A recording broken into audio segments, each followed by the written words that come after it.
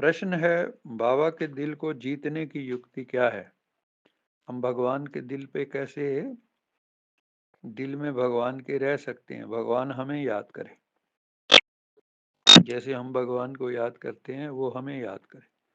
बाबा कहते हैं ना, जो मेरा बन जाता है उसके सोचने का काम भी मैं करता हूँ। इतनी बड़ी बात है। तो बाप के दिल को जीतने की युक्ति क्या है? बाबा के पूरा पूरा श्रीमत पर चलना और बाबा हम्म, के बलिहार करना। बाबा कहते हैं, बाबा के दिल को जीतना है। जब तक संगम युग है तब तक बाबा से कुछ भी छिपाओ नहीं। कई कहते हैं बाबा को तो सब पता है, तो बताने की क्या जरूरत है। तो कर्म करोगे तो फल मिलेगा। दरवाजा खटखटाओगे तभी खुलेगा। ऐसे ही बाबा को भले ही सब पता हो, लेकिन आप बताओगे तो आपके अंदर जो कुंठा है वो खत्म हो जाएगी। कई भगवान को मिलने से भी डरते हैं, जिन्होंने पाप किए होते हैं ना, फिर आंख नहीं मिला सकते, दृष्टि नहीं ले सकते। तो व्यक्त बाप दादा के सामने ऐसा पति पत्नी का एक जोड़ा बैठा था एक बार। बहनों ने तो बिठा दिया, और क्योंकि उनको झूठ बोल रखा था उन्होंने, लेकिन बाबा ने तो एक सेकंड में पहचान लेता है। बाबा ने उनको जब बोला सारे समझ गए, सारे हाल में पता लग गया। बाबा ने कहा, अमृत में एक विष की बूंद भी उसको अमृत नहीं रहने देती है, तो आगे ध्यान से चलना है। तो सब समझ गए। फिर वो जब आए तो बहन ने पूछा, तब फिर उन्होंने सच बता दिया। तो बाबा कहते हैं, कुछ भी छिपाओ नहीं, अपने करेक्टर्स पर पूरा पूरा ध्यान दो। जो तुम्हारे शुभ लक्षण है, चाल चलन है, आचार व्यवहार है, उसके ऊपर पूरा पूरा अटेंशन दो। अगर कोई मान लो भूले भटके पाप कर्म हो जाता है, तो अविनाशी सर्जन को सुनाओ, बाबा को बताओ। चिट्ठी लिखने का क्यों बना रखा है? इसीलिए बनाया हुआ है। बाबा की झोपड़ी में भी पड़ा हुआ है, वहां लोग वहीं बैठ के कई तो लिखते हैं, मैंने देखा। और वहीं पे अपने दिल की बात लिख के बाबा को दे के आते हैं। और जब वो चिट्ठी लिख लेते हैं तो बाबा कहता है उसके बाद फिर वो हल्के हो जाएंगे कि मैंने बाबा से शेयर कर ली, बाबा को कॉन्फिडेंस में ले लिया, बाबा से मैंने छिपाया नहीं। गड़बड़ कब शुरू होती है? जैसे बच्चे होते हैं, छोटे होते माँ बाप को सारी बात बताएंगे, स्कूल जाएंगे, आज ये हुआ, आज ये हुआ, ये हुआ। फिर जब थोड़े बड़े हो जाते हैं तो माँ बाप से छिपाना शुरू कर देते हैं। यहाँ पर भी कई माँ बाप से छुपाते हैं, माता पिता से, माता पिता बाप दादा से। तो फिर वो हल्के नहीं रह सकते, फिर कहेंगे योग नहीं लगता। योग लग नहीं सकता।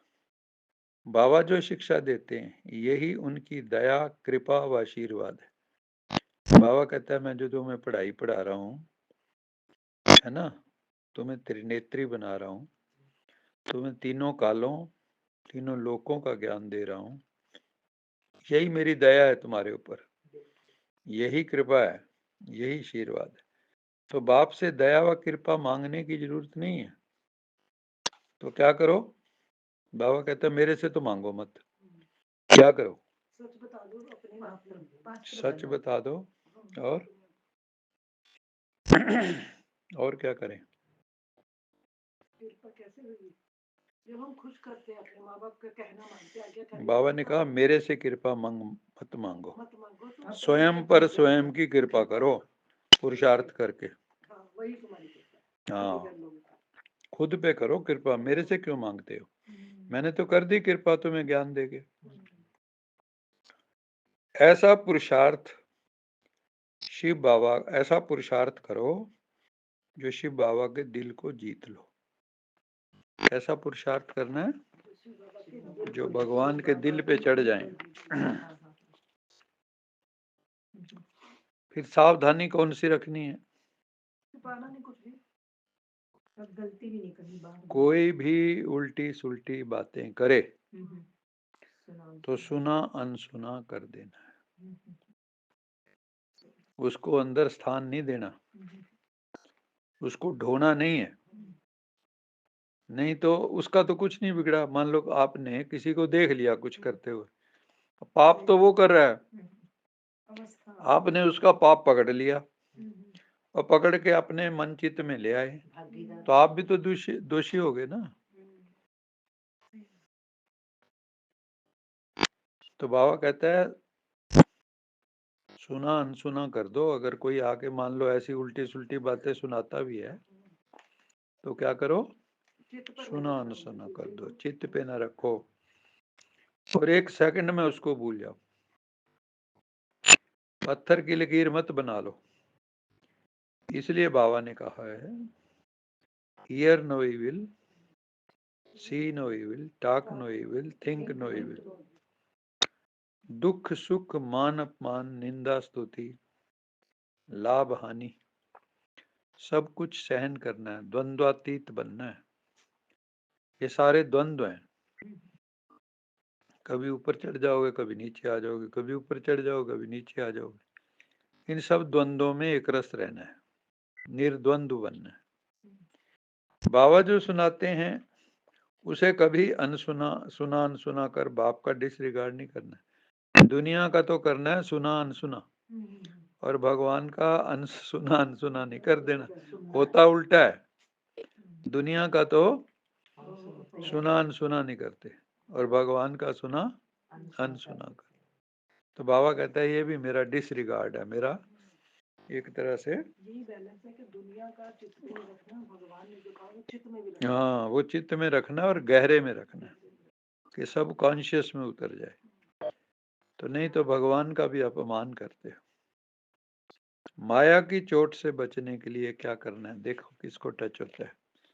अगर आप चाहते हैं कि मैं माया की चोट से बच जाऊं, माया मुझे बुरी तरह से पीटे ना, तो क्या करें माया से बचने के लिए? अपने को कार्य में रखो, बाबा की याद के, बाबा की का याद के कार्य में रखो और उल्टा सुल्टा कर्म ना करो, उल्टा सुल्टा कर्म ना करो और सिर्फ बाबा को ही देखो, सिर्फ बाबा को ही देखो। बाबा ने कहा माया की चोट से बचने के लिए अशरीरी रहने का अभ्यास जरूर जरूर करना है।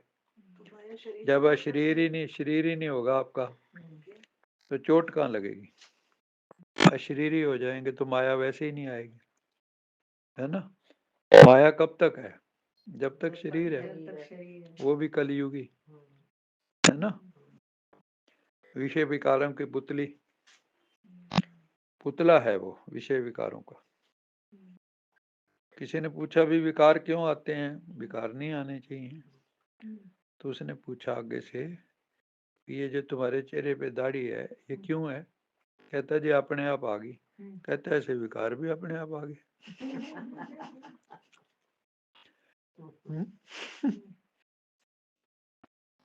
चलो वरदान लेते हैं।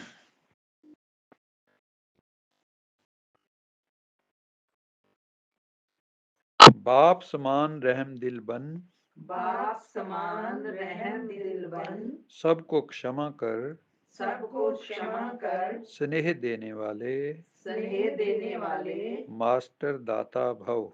मास्टर दाता भव। बाप समान रहम दिल बन, बाप समान रहम दिल बन, सबको क्षमा कर, सबको क्षमा कर, स्नेह देने वाले, स्नेह देने वाले, मास्टर दाता भव। मास्टर दाता भव। हाँ, जैसे भगवान रहम दिल है और सबको क्षमा कर देता है और सबको स्नेह देता है, ऐसे तुम बच्चों को भी बनना है। तुम भी दाता बनो, तुम भी दो सबको, स्नेह देने वाले बनो और सबको माफ कर दो। आपका कोई भी शत्रु नहीं होना चाहिए, आपका किसी के प्रति भी मन में मलाल नहीं होना चाहिए। वो कैसे होगा? बाबा ने वो भी बताया, जब आप रहम दिल बन जाओ।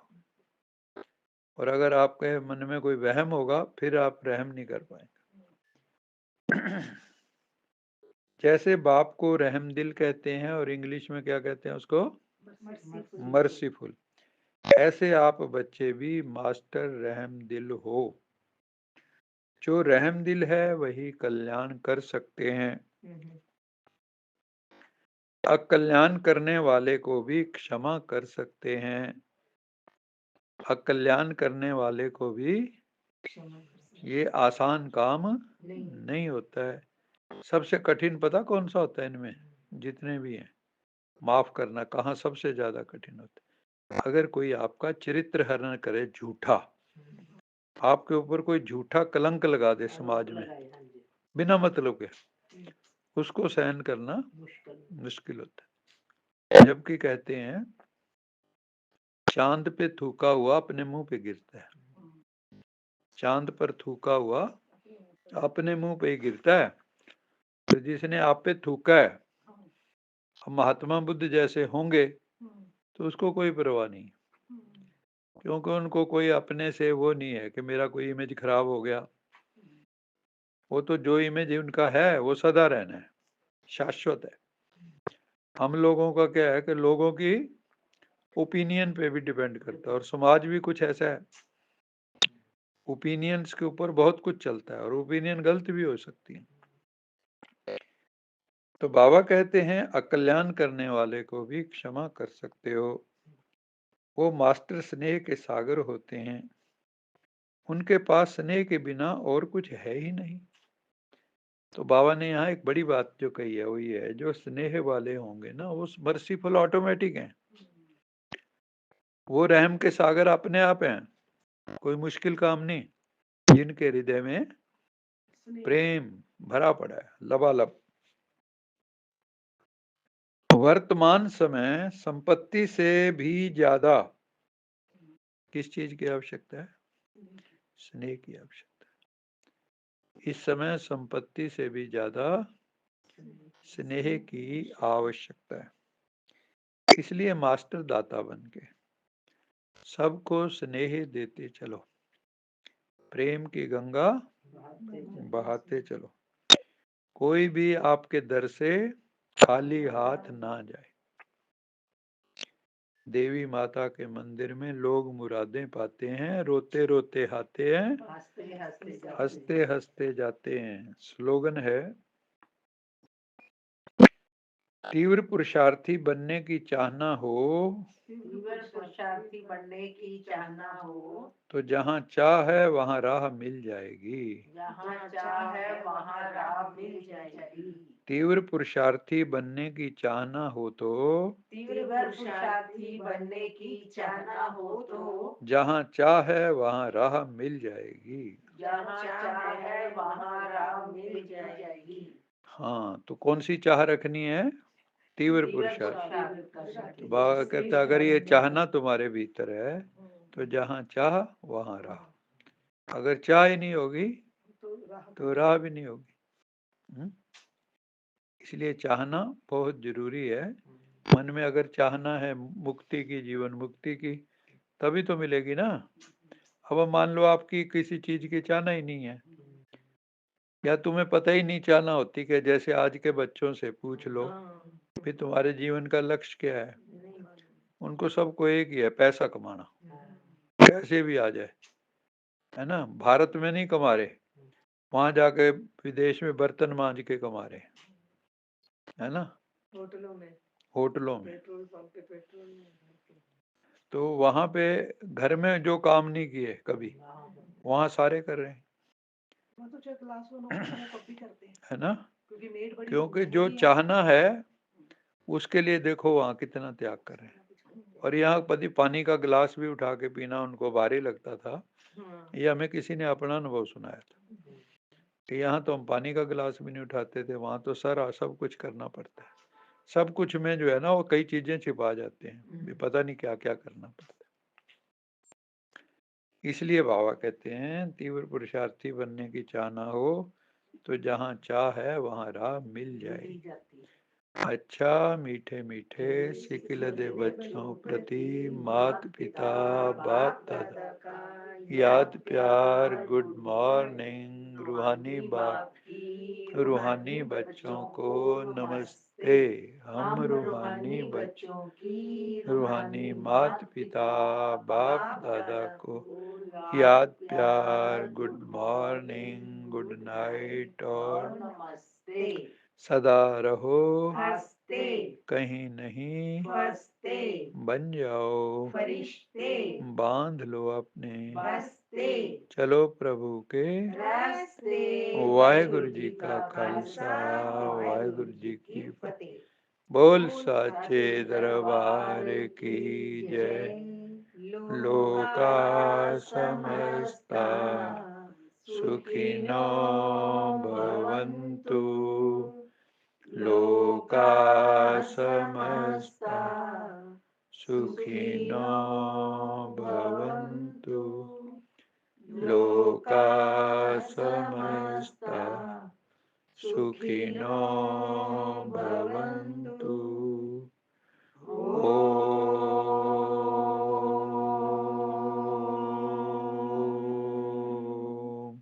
शांति शांति शांति शांति शांति।